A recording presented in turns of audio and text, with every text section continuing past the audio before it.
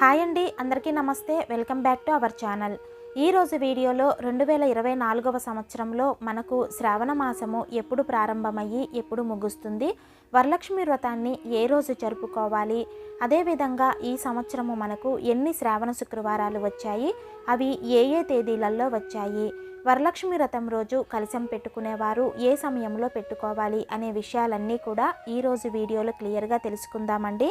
Video మొత్తం చూశాక video నచ్చితే కనుక తప్పకుండా లైక్ చేసి వీడియోని షేర్ చేయండి.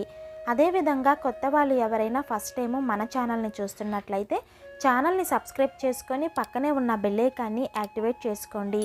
ఈ విధంగా చేయటం వలన నేను పెట్టే ప్రతి వీడియోను కూడా మీరు మిస్ కాకుండా చూడగలుగుతారు. మనకు శ్రావణ మాసము 2024వ సంవత్సరం ఆగస్టు నెల 5వ తేదీ సోమవారము శ్రావణ శుక్ల పాడ్యమితో ప్రారంభం అవుతుందండి. అలాగే సెప్టెంబర్ 3వ తేదీ మంగళవారము అమావాస్యతో ఈ శ్రావణ మాసం పూర్తవుతుంది. అయితే మనకు ఈ సంవత్సరం మొత్తము 4 శ్రావణ శుక్రవారాలు వచ్చాయండి. మొదటిది ఆగస్టు 9వ తేదీ, రెండవది ఆగస్టు 16వ తేదీ, మూడవది ఆగస్టు 23వ తేదీ, నాలుగవది ఆగస్టు 30వ తేదీ. వరలక్ష్మి వ్రతాన్ని మనము ఆగస్టు 16వ తేదీన అంటే 2వ శ్రావణ శుక్రవారం రోజు జరుపుకోవాలండి. ఈ రోజు తిథి వచ్చేసి ద్వాదశి తిథి.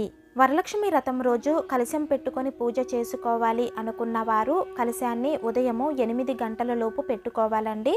8 గంటల లోపు కుదరకపోతే ఉదయము 9 గంటల నుండి ఉదయము 10 గంటల 30 నిమిషాల లోపు ఏర్పాటు చేసుకోవాలి.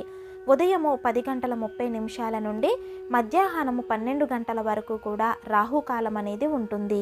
చూశారు కదండి, 2024వ సంవత్సరంలో మనకు శ్రావణ మాసము ఎప్పుడు ప్రారంభమయ్యి ఎప్పుడు ముగుస్తుంది, అదేవిధంగా వరలక్ష్మి వ్రతాన్ని ఏ రోజు జరుపుకోవాలి అనే విషయాల గురించి ఈ వీడియో మీకు యూజ్ అవుతుందని అనుకుంటున్నానండి. వీడియో నచ్చితే కనుక తప్పకుండా లైక్ చేసి షేర్ చేయండి.